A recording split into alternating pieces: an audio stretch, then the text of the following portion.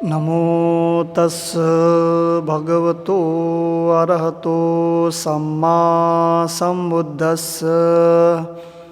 नमो तस् भगवतो अरहतो सम्मा सम्बुद्धस्स। नमो तस् भगवतो अरहतो सम्मा सम्बुद्धस्स। श्रद्धावान साधक साधिकाएं, आप सब में धर्म के प्रति, ध्यान के प्रति, आध्यात्म के प्रति, भगवान बुद्ध के प्रति बहुत श्रद्धा है। इसलिए इस श्रद्धा को और निखारना है। किसी तरह से इसमें ताजगी नहीं है, पुराना हो गया है, तो इसमें हमको ताजगी भरना है। इसीलिए आज पूर्णिमा के उपलक्ष्य पर विशेष रूप से आपके श्रद्धा को बढ़ाना है, आप में नए ताजगी लाना है। जो ऊर्जा कम है उसमें ऊर्जा भरना है, आपको और ऊर्जावान बनाना है। इसीलिए ध्यान में, धर्म में, साधना में आगे बढ़ रहे हैं तो आज के दिन विशेष रूप से जो भी कार्य कर रहे हैं बहुत ही होश पूर्वक होकर करना जरूरी है। शुरू में जब भी मैं आपसे कुछ धर्म के बारे में बताता हूँ, ध्यान के बारे में बताता हूँ तो साधक साधिकाएं कहता हूँ। क्यों साधक साधिकाएं कहना के पीछे क्या अर्थ है? साधक साधिकाएं मैं इसलिए कहता हूँ कि बुद्ध का मार्ग ध्यान का मार्ग है, इसीलिए सबसे अलग इनको माना जाता है, रखा जाता है। वर्तमान समय में सबको ध्यान की आवश्यकता है। सभी जीव जंतु अपने मानसिक तनाव से, मानसिक पीड़ा से दुखी है, निराश है। इसलिए वर्तमान समय में ध्यान की बहुत आवश्यकता है। बहुत सारे उपासक उपासकगण बुद्ध को मानने वाले किसी के द्वारा बताए जाने पर या किताबों को पढ़ने से या उनके जीवनी को ऑनलाइन सोशल मीडिया के माध्यम से या किसी के द्वारा सुनने से उनमें श्रद्धा आ गया है, उनको मान रहे हैं, पूज रहे हैं। जहाँ बुद्ध को देखता है, हाँ बहुत ही अच्छे थे, ऐसे उनके गुण गाते हैं। लेकिन इतने से ही काम नहीं चलेगा। बुद्ध को जानना है, बुद्ध को मानना है तो सबसे पहले व्यक्ति को ध्यान करना बहुत ज़रूरी है। वर्तमान समय में जितने भी समस्याएं हैं उन सभी का समाधान ध्यान साधना, जिसमें विपश्यना, विदर्शना, आनापाना, सत्तिपट्ठान, इसके अंतर्गत कायानुपश्यना, वेदनानुपश्यना, चित्तानुपश्यना, धम्मानुपश्यना, बुद्धानुस्सति, धम्मानुस्सति, अशुभानुस्सति, मरनुस्सति, मेत्ता भावना, अनेकों ध्यान बताए हैं। सभी व्यक्ति का अलग अलग मानसिकता है, सबका सोच विचारधाराएं मान्यताएं अलग अलग है। इसीलिए उन सब को, सभी ध्यान को अपने जीवन में उतारना चाहिए। जिनको जो भी सूट करे उसको पकड़ते हुए आगे बढ़े, फिर दूसरा ध्यान का अभ्यास करे। लेकिन करना बहुत ज़रूरी है, क्योंकि बिना ध्यान के बुद्ध को नहीं जाना जा सकता है। बुद्ध के जीवनी को ले लीजिए। भगवान बुद्ध अपने जीवन में यहाँ गए वहाँ गए, अनेक गुरुओं से मिले। सिद्धार्थ के समय में जैसे जैसे साधकों ने बताया उसी विधि से ध्यान साधना को किए। शरीर को कष्ट देख करके बहुत तरीके से किए, लेकिन कोई लाभ नहीं हुआ। जब वे अपने अंदर में होने वाले शारीरिक और मानसिक परिवर्तन को जानना शुरू किए, उन्हें भी आभास हुआ कि अरे मुझ में इतना परिवर्तन है, मुझ में अंदर इतना गंदगी भरा पड़ा है, तो पहले अपने आप को शुद्ध कर लो। इस तरह से उन्होंने मध्यम मार्ग को खोज करके, अपने पारमिताओं को याद करके सिद्धार्थ से बुद्ध बना है। इसीलिए आपके जीवन में भी ध्यान बहुत ही महत्वपूर्ण स्थान रखता है, तो ध्यान करना जरूरी है। इसलिए मैं सबको साधक साधिकाएं कह करके संबोधन करता हूँ। इसीलिए जब भी धर्म चर्चा में कुछ भी सुनते हैं तो एक शब्द का अर्थ अपने जितने भी ज्ञान है, सीमित ज्ञान है, उससे आंकना नहीं चाहिए। क्या कहना चाह रहे हो, धर्म के अनुसार ये शब्द का कितने अर्थ आते हैं, सभी को जानना जरूरी है। इसीलिए बहुत ही होशपूर्वक होके, सावधान होके रहना है धर्म में, ध्यान में, साधना में, आध्यात्म में।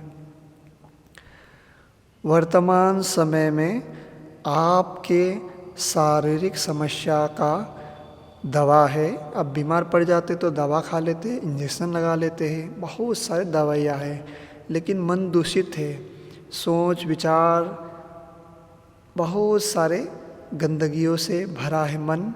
इससे आप लड़ रहे हैं, झगड़ रहे हैं, इससे परेशान है। इसका दवा क्या है?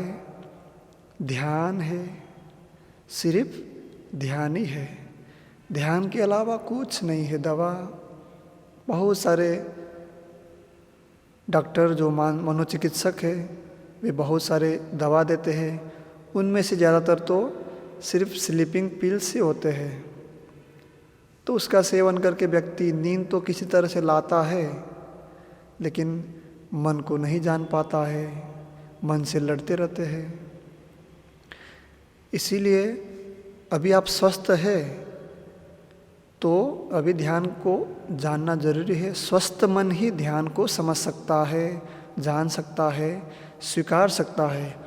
अस्वस्थ मन, अस्वस्थ व्यक्ति नहीं स्वीकार सकता है, अपने ही हिसाब किताब उसमें लगाना शुरू कर देता है। इसीलिए स्वस्थ है तो अभी ही ध्यान को जानिए, सीखिए, आगे बढ़िए। और विशेषकर सभी साधक साधिकाओं से, सभी सुनने धर्म श्रोताओं से निवेदन है, कोरोना काल में जब लॉकडाउन शुरू हुआ था, उस समय बहुत सारे उपासकों में श्रद्धा जग गया, भक्ति जग गया, बहुत सभी लोगों में कि अरे देख रहे सभी मर रहे हैं, बड़े बड़े करोड़पति जिनके पास असंख्य मात्रा में धन है, सभी को सब कुछ छोड़ के जाना पड़ा। कोरोना का कोई इलाज नहीं था, तो सभी लोग अंदर से एकदम धार्मिक बन गए थे। धर्म की चेतना विकसित हो चुका था, लेकिन अब धीरे धीरे परिस्थिति सामान्य हो रहा है, सब में धर्म की चेतना कम हो रहा है, अधर्म की ओर बढ़ रहा है। अगर आप में से किसी का भी ऐसा ही चित्त है तो सतर्क हो जाइए। धर्म की चित्त, धर्म की चेतना, ध्यान की चेतना, इसमें कोई परिवर्तन नहीं आना चाहिए। आपके पास धन हो नहीं हो, आपके पास समय हो नहीं हो, आप राजा हो या करोड़पति हो या आप भिखारी हो, कुछ भी हो, आपका चित्त, आपका जो भी उद्देश्य है उसमें कोई परिवर्तन नहीं आना चाहिए। ध्यान में, धर्म में, साधना में लॉकडाउन से पहले, कोरोना से पहले क्या स्थिति था, कोरोना काल में क्या स्थिति था, वर्तमान में क्या स्थिति है, कोई परिवर्तन नहीं होना चाहिए। जितना ही श्रद्धा से, भक्ति से, होशपूर्वक जो भी ध्यान साधना में कर रहे थे, उसी रूप में आगे बढ़ते हुए करने का अभ्यास करें। इसमें कोई ढिलाई ना रखे, सब कुछ जानते हुए इसको करना है। मन में अनेक सोच विचार आएगा, ये करेंगे, वो करेंगे, ऐसा है, वैसा है, लेकिन ऐसा नहीं है। अपने विचारों से नहीं लड़ना है।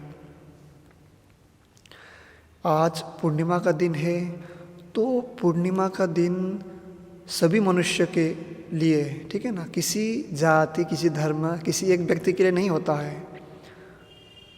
सभी मनुष्य के जीवन के लिए, सभी जीव जंतु के जीवन के लिए क्यों महत्वपूर्ण है, क्यों पूर्णिमा के दिन में विशेष रूप से उपोषित व्रत हुआ, शील सदाचार का पालन हुआ, दान का अभ्यास हुआ, क्यों करना जरूरी है। इसको भी बहुत ध्यान से सुने, जाने, अपना दिमाग लगाए बिना ही इसको जाने समझे।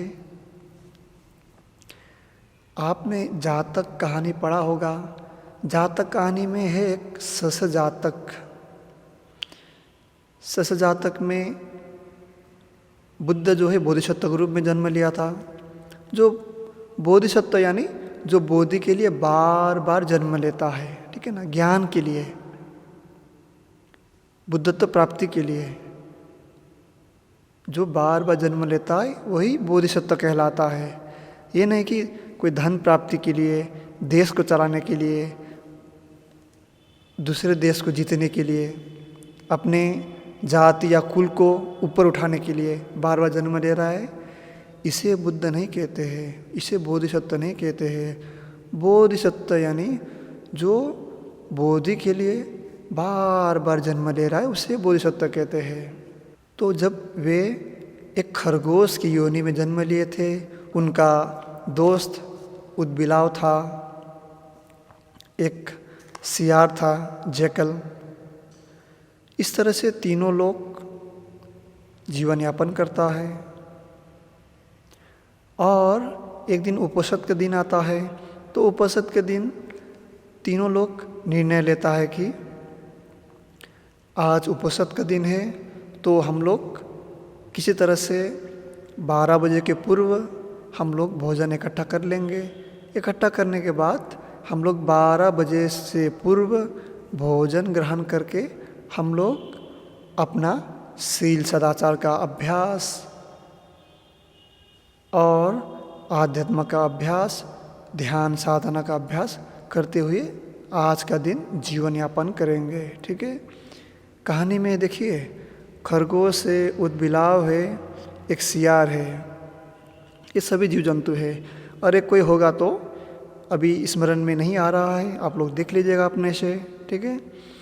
तो ये तीनों संकल्प लेते हैं कि हम लोग ऐसे करेंगे। तो उस समय उदबिलाव जाता है, जाकर के नदी किनारे उसे किसी के द्वारा छोड़ा गया मछली मिलता है। तो ये 3 बार पूछते हैं, इसका मालिक कोई है, इसका मालिक कोई है, इनका मालिक कोई है। इस प्रकार 3 बार पूछने पर कोई जवाब नहीं मिलता है, तो उस मछली को उठा के लेके आता है। फिर जो सियार है, जैकल है, वो भी जाता है खेत में, देखता है कि कोई किसान अपना खाना छोड़ा है, उसमें मांस का टुकड़ा भी है।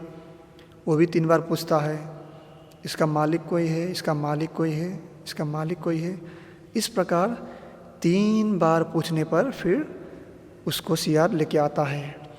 लेकिन खरगोश संकल्प लेता है कि आज का दिन में कुछ नहीं खाऊंगा। कोई भी व्यक्ति आएगा तो मुझे, कोई भी साधक आएगा या कोई दान मांगने के लिए आएगा तो मैं अपना प्राण त्याग करके उनको दान दूंगा। इस प्रकार से वो अधिष्ठान लेता है, संकल्प लेता है। तो कहानी में तो हर बार देखिए, भारतीय कहानी में, जम्बूद्वीप की कहानी में तो जो सबसे बड़ा देवताओं का राजा है इंद्र भी देखता है कि इस प्रकार से कोई संकल्प ले रहा है एक जीव। आज देखते हैं, जांचते परखते हैं कि इसमें कितना, इनका अधिष्ठान में कितना खरा उतरता है। इस प्रकार से इंद्र पहले उदबिलाव के पास जाता है। उदबिलाव अपना खाना भेंट करने का प्रयास करता है, लेकिन स्वीकारता नहीं है। फिर सियार के पास जाता है, वे भी अपना खाना देने का प्रयास करता है, लेकिन स्वीकारता नहीं है। उसके बाद फिर खरगोश के पास जाता है, तो खरगोश कहते हैं कि यहाँ पे आग जलाइए, और आग जला लेता है। इस प्रकार से खरगोश उस आग में कूद करके अपना प्राण त्यागने का प्रयास करता है, जिससे कि उसमें उनका प्राण त्याग हो जाए और उनका पूरा शरीर जल जाए, पक जाए, भुन जाए। उसके बाद जो भी साधक आए हैं भिक्षाटन के लिए, उनको खाना मिल जाए। इस प्रकार से खरगोश जब उसमें जम करता है आग में, तो उनका जो भी अधिष्ठान से पुण्य से कोई असर नहीं होता है। तो साधारण सी बात है। इस प्रकार से हम लोग देखते हैं कि कहानी में एक जीव जंतु भी उपोषद के दिन, विशेषकर पूर्णिमा के दिन, इस प्रकार से दान का, शील सदाचार का अभ्यास करने के लिए तत्पर प्रयत्नशील है। तो हम लोग अभी मनुष्य योनि में है, तो हम लोग क्यों नहीं कर सकते हैं? शील सदाचार का अभ्यास क्यों नहीं कर सकते? ध्यान का अभ्यास क्यों नहीं कर सकते हैं? इसीलिए ऐसे विशेष क्षण को, विशेष अवसर को अपने जीवन से जाने न दे। अनेक समस्याएं होता है घर पे, घर में ये कमी है, वो कमी है, ये करना है, वो करना है, आर्थिक रूप से कमज़ोर है, मानसिक रूप से कमज़ोर है, किसी ने ये कह दिया, किसी ने वो कह दिया, बहुत सारे समस्याएं हैं। लेकिन आज के दिन इन सभी समस्याओं को साइड में रख करके कुछ अच्छा करने का प्रयास करें, क्योंकि ध्यान साधना, शील सदाचार, आध्यात्म जीवन जो भी आप करते हैं, ये सिर्फ इस समय के लिए नहीं है, किसी को दिखाने के लिए नहीं है कि वो बगल वाला व्यक्ति देख रहा है, पड़ोसी देख रहा है तो मुझे धार्मिक कहेगा, अच्छा कहेगा, इसके लिए एकदम नहीं है। बुद्ध कहते हैं आदि कल्याणं मध्य कल्याणं पर्युषाण कल्याणं। देखिए, आप जैसे ध्यान करने के बारे में सोचते तो कितना अच्छा फीलिंग आता है, ध्यान करते हैं तो तब भी अच्छा लगता है। ध्यान करने के बाद भी जब भी सोचते या तो उनका अनुभव आपको स्मरण में आता है या तो शरीर में आप महसूस करते हैं तो कितना अच्छा लगता है। तो प्रारंभ में कल्याणकारी, मध्य में कल्याणकारी और अंत में कल्याणकारी ही सही धर्म है, सही ध्यान है, सही आध्यात्म है। इसीलिए साधक साधिकाओं को एक एक बातों को ध्यान में रखना जरूरी है। जैसे मैंने इंद्र देवता के बारे में चर्चा किया, देवता क्या है, तो मैंने महामंगल सूत्र में जो 38 मंगल में देवता के बारे में बताया है, उसको सुन लीजिएगा, जान लीजिएगा। तो ऐसे ही आप भी शील सदाचार का पालन करें। और उदाहरण ले लीजिए, भारत में कहीं पे जाइए, जम्बूद्वीप कहता हूँ मैं, दक्षिण से लेके उत्तर तक, पश्चिम से लेके पूर्व तक आप जाइए, वहाँ पे देखिए, सिर्फ वहाँ पे संस्कृति को देखिए और पूर्णिमा के दिन में वे लोग क्या करते हैं इसे देखिए और जानिए।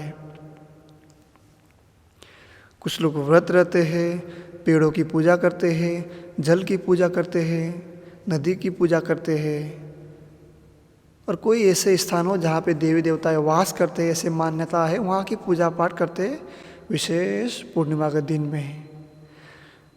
तो ये जम्बूद्वीप में, परंपरा में, हमारे संस्कृति में, ठीक है, धर्म तो बाद में कहिए, हमारे संस्कृति में जो भी प्रारंभ से ही हम लोग प्रकृति के पूजक थे, प्रकृति से पूजक थे और उस समय से पूजा करते हुए आ रहे हैं। क्योंकि जल हमें हमारी प्यास बुझाता है, हमसे महान है, निःशुल्क निस्वार्थ भाव से हमारा प्यास बुझाता है, हमारे गंदगी को साफ करता है, इसीलिए हमसे बड़े हैं, हमसे पूजनीय है। सूरज, सूर्य देवता पूरे पृथ्वी को प्रकाशमय बनाता है। हमारे खाद्य पदार्थ जो भी फल फूल है उसमें जब रोशनी देता है तब हम लोग को खाने लायक का बना के देता है, तब हम लोग उसे खाते हैं, तो वो भी हमसे बड़े हैं, हमसे पूजनीय है। और पेड़ पौधा जैसे पीपल, बरगद और बहुत सारे पेड़ पौधे हैं जो 24 घंटा ऑक्सीजन देता है, निःशुल्क, निस्वार्थ, तो ये भी पूजनीय है। इसका पूजा करेंगे तो ये भी सुरक्षित रहेगा, बचा रहेगा। इस प्रकार से हम लोग ने अपने ही सुरक्षा के लिए इस तरह के पूजा पाठ, आध्यात्मिक क्रियाकल्प शुरू किए हैं, ठीक है। और फास्टिंग रहना, माने व्रत रहना, विकाल भोजन किसी को प्रसन्न करने के लिए नहीं, बुद्ध को प्रसन्न करने के लिए नहीं, अगल बगल लोगों को दिखाने के लिए नहीं, ये है आपके स्वास्थ्य के लिए है। हम लोग सुबह से लेकर शाम तक रोज़ कुछ ना कुछ खा लेते हैं। आजकल आप देखिए बाज़ारों में बहुत सारे खाने के पदार्थ, सामग्री आपको मिल जाएगा, लेकिन उनके सेवन के बाद 1 दिन, 2 दिन, 3 दिन, 4 दिन तक तो ठीक रहता है। कुछ समय लगातार ऐसे खाते रहेंगे तो आपके स्वास्थ्य में पूरा परिवर्तन आना शुरू हो जाता है। इस तरह से हमारा पूरा शरीर में गंदगी भर जाता है। गंदगी भर जाता है तो इसको खाली कैसे करें? तो उस समय से ही, प्राचीन काल से ही, 1 दिन फास्ट रहने का, 2 दिन फास्ट रहने का, या तो कम भोजन करने का, ऐसा विधि विधान नियम चलता आ रहा है। ठीक है। और अब जब खाना भर के खाएंगे तो शरीर का सारा ऊर्जा, पेट का सारा ऊर्जा, पाचन तंत्र खाना पचाने में लग जाएगा। इससे आपको आलस्य आएगा। ध्यान साधना करने बैठेंगे या तो पूजा पाठ में बैठेंगे तो आप कुछ नहीं कर पाएंगे। सिर्फ उनको ही आप नींद में मस्त हो जाएंगे, वो बस अपना ही बात करते रहेंगे, आप उसी तरह से आलस्य भांति सो जाएंगे। तो रोज़ तो ऐसे करते हैं, आज क्यों ना हम अलग करें? क्यों ना मैं आज अलग करूं? मेरे लिए कल्याणकारी हो, अपने परिवार के लिए कल्याणकारी हो, अपने माता पिता जी जिन्होंने मुझे ये संसार में जन्म दिया है, संसार दिखाया है, उनके लिए भी कल्याणकारी है। क्योंकि उनको भी प्रसन्नता आएगा कहीं ना कहीं से कि मैंने इस तरह के मेरे पुत्र को जन्म दिया, पुत्री को जन्म दिया, और ये पुत्र इस तरह के अच्छे मार्ग में चल रहा है, अच्छा कार्य कर रहा है। देख के संतुष्ट होगा और आपसे बहुत लोग प्रेरित होगा, आपके बच्चे कुछ सीखेंगे। तो ऐसे अच्छे कार्य है तो क्यों ना करूँगा? इस तरह से आप में ये चेतना और विकसित होना चाहिए। तो जो भी कर रहे हैं बहुत ही होशपूर्वक, सावधानी से करना है, जानते हुए करना है। बुद्ध के मार्ग में, ध्यान के मार्ग में, धर्म के मार्ग में कोई मानने वाला बात नहीं है। पहले जानिए, देखिए, समझिए क्या है, क्या कहना चाह रहा है। एक एक शब्द का अर्थ निकालिए। आपने अपने जीवन में महसूस किया होगा, जो बहुत ही अनुभवी साधक है, साधिका है, या तो आध्यात्मिक क्षेत्र में जो आगे बढ़ रहा है, उन सभी ने महसूस किया होगा। अपने घर बना लिए, मकान बना लिए, बहुत तमाम संपत्ति वैभव इकट्ठा कर लिए, परिवार के सभी सदस्यगण को अच्छा नौकरी मिल गया है, सब धन संपन्न हो गया।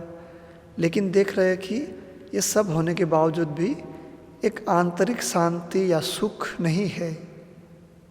ये कैसे मिलेगा, कैसे प्राप्त होगा? इसके लिए तो कुछ करना पड़ेगा। तो हम लोग ने देखा है बहुत सारे महान ऋषि मुनि सब कुछ छोड़ करके, त्याग करके ऐसे ही ध्यान धर्म साधना के मार्ग में आगे बढ़ा है। तो आपको भी इसी मार्ग में आगे बढ़ना बहुत ज़रूरी है। सिर्फ किताबें पढ़ करके नहीं, किसी की बातों को सुन करके नहीं, खुद को चलना है। ध्यान करेंगे तो और इन बातों को गहराई से जान पाएंगे। लेकिन ध्यान भी करेंगे तो ध्यान को भी शुद्ध रूप से जानना जरूरी है। ध्यान सिखाने वाले गुरु जी के ऊपर श्रद्धा नहीं करना है, ध्यान के ऊपर भी श्रद्धा नहीं करना है। ध्यान को जानना है और बहुत ही शुद्ध रूप से इसका अनुपालन करना है। तो बहुत सारे साधक साधिकाएं भी ध्यान करने के लिए जाते हैं तो सोचते हैं कि जैसे हमने मेहनत किया, घर बनाया, मेहनत किया, अपने परिवार का पालन पोषण किया, मेहनत किया, अपने शरीर को स्वस्थ बनाया, मेहनत किया, तमाम डिग्रियां हासिल किया, तमाम उपाधियां हासिल किया, सोचते हैं कि मैं जाऊंगा, ध्यान करूंगा, वहाँ पे भी मैं हासिल करके रहूँगा। इस प्रकार के जो भी सामाजिक अहंकार है वो भी ध्यान में लाने का प्रयास करते हैं। लेकिन ध्यान आपके कुछ करने से, मेहनत से कभी आने वाला नहीं है। ध्यान के लिए आपको शरीर से शांत, वचन से शांत, मन से शांत, तीनों तलों से चुप होकर के जिस प्रकार से विधिवत ध्यान को बताया जाता है उसी प्रकार से करना पड़ेगा। और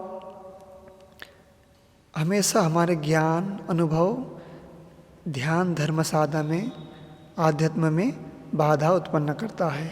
अभी जैसे मैं बोल रहा हूँ, ये बोलते समय आप सिर्फ सुन रहे हैं या मेरे शब्दों में तर्क वितर्क डाल रहे हैं कि क्या बोलना चाह रहे हैं, कैसे बोल रहा है, इनका आवाज़ कैसा है, या तो इमेजिन कर रहे होंगे, सोच रहे होंगे, कल्पना कर रहे होंगे कि कैसे दिखते होंगे, या ये करते हैं वो करते हैं। इस प्रकार के अनेक सोच आते हैं। इस पे नहीं जाना है।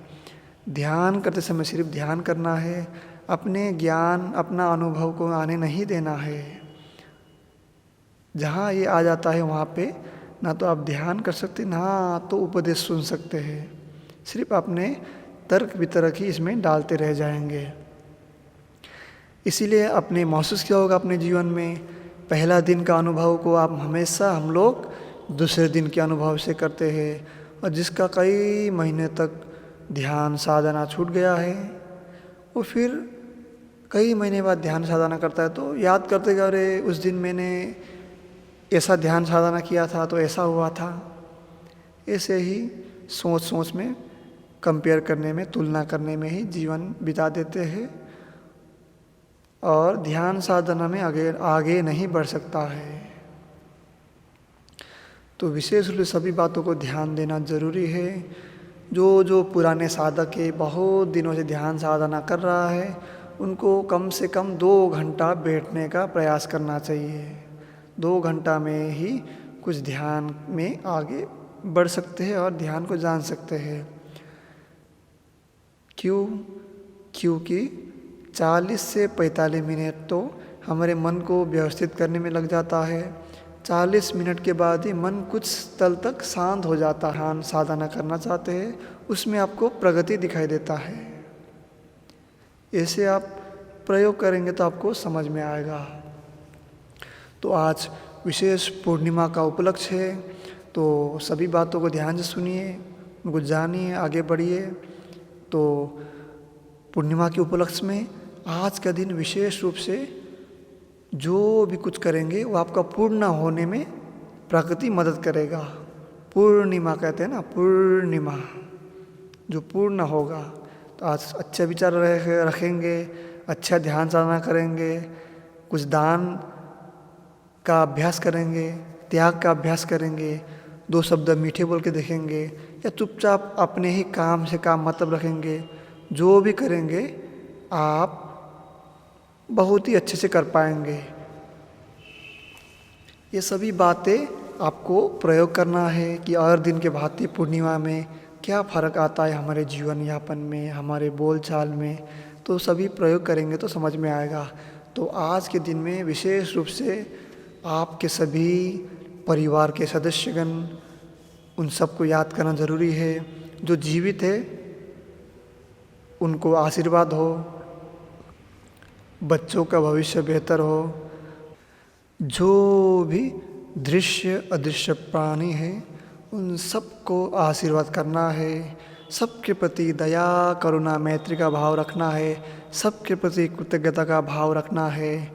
और आपसे आपके पूर्व जन्म में या इस जन्म में जितने भी लोग मिले हैं, जिनसे आपको धर्म सुनने का मौका मिला, ध्यान सुनने का मिला, ज्ञान सुनने को मिला, छोटे आदमी हो या बड़े आदमी, कहीं से भी आपको ज्ञान सुनने को मौका मिला।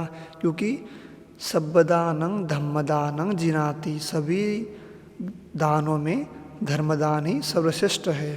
तो धर्म यानी सत्य, सच, ज्ञान, होश, बोधि की ओर जो ले जाता है, जो नियम कानून सबके लिए बराबर है, वही धर्म है। ठीक है, इसका ज्ञान जहाँ से मिला उन सबको आशीर्वाद करे।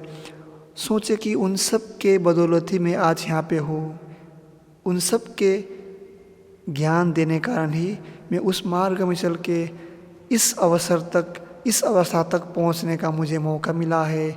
मेरे मन में धर्म की चेतना जगा है। उन सबको बहुत बहुत धन्यवाद, उन सबको आशीर्वाद है। उन सबको भी ऐसे ही धर्म में, ध्यान साधना में जाने का मौका मिले। ऐसा सोच विचार रखते हुए मन में जितने भी अज्ञानता है, दूसरे के प्रति द्वेष का भाव है, आपके शत्रु भी है, उन सबको भी कुछ समय के लिए मैत्री प्रदान करें। आज के दिन उनको भी मैत्री भाव रखें। क्योंकि संसार में सभी जीव जंतु दुखी है, त्रास है, कोई सुख नहीं है। सिर्फ दिखाई देते हैं सुखी है, खुश है, सब दुखी है। सब अपने ही किसी पाप कर्म को भोग रहे हैं, किसी तरह से अपने आप को बना के, अपने आप को रंग रूप में ढाल के, अपने आप को कुछ ना कुछ रूप में दिखा के चल रहे हैं, जीवन यापन कर रहे हैं, लेकिन अंदर से सभी दुखी है, सभी निराश है। इसीलिए सब पर तरस खाइए, सब पर दया करुणा मैत्री बरसाइए, कृतज्ञता की भाव रखिए। आपका जीवन कब तक है? आप कब तक जीवित रहेंगे? आज है, कल तो ख़त्म हो सकते हैं, अभी कुछ समय बाद ख़त्म हो सकते हैं। इसीलिए अहंकार को छोड़िए कुछ समय के लिए। अहंकार बहुत हो गया, मेरा घर मेरा मकान ये बहुत हो गया, मेरा बच्चा मेरा परिवार बहुत हो गया। कुछ समय के लिए अपने आप को सभी चीज़ों से मुक्त बनाइए, सभी चीज़ों से अलग रखिए, शुद्ध बनिए, बुद्ध बनिए। इसी तरह धर्म में आगे बढ़े। तो आज हम कुछ गाथाएं बोल करके आशीर्वाद करेंगे सबको, सब सुखी हो, सब शांत हो, सब में धर्म की चेतना जगे, सबका कल्याण हो, सबका मंगल हो। तो आंखें बंद करके ध्यान से सूत्र को सुनिएगा। नमो तस् भगवतो अरहतो सम्मा संबुद्धस्स। नमो तस् भगवतो अरहतो सम्मा संबुद्धस्स। नमो तस् भगवतो अरहतो सम्मा संबुद्धस्स। इतिपिसो भगवारहं सम्मा संबुद्धो विद्याचरण संपन्नो सुगतो लोकविदो। अनुत्तरो पुरुषधम्म सारथि सत्था देव मनुष्यानं बुद्धो भगवाति। स्वाख्यातो भगवता धम्मो संडिठिको अकालिको एहि पश्चिकोपनयिको। पश्चात्तं वेदितव्यो विन्योहीति सुपटिपन्नो भगवतो सावकसंघो। उजुपटिपन्नो भगवतो सावकसंघो। न्यायपटिपन्नो भगवतो सावकसंघो। सामीचिपटिपन्नो भगवतो सावकसंघो। यदिदं चत्तारि पुरुषयुगानि अट्ठपुरुषपुद्गला एष भगवतो सावकसंघो।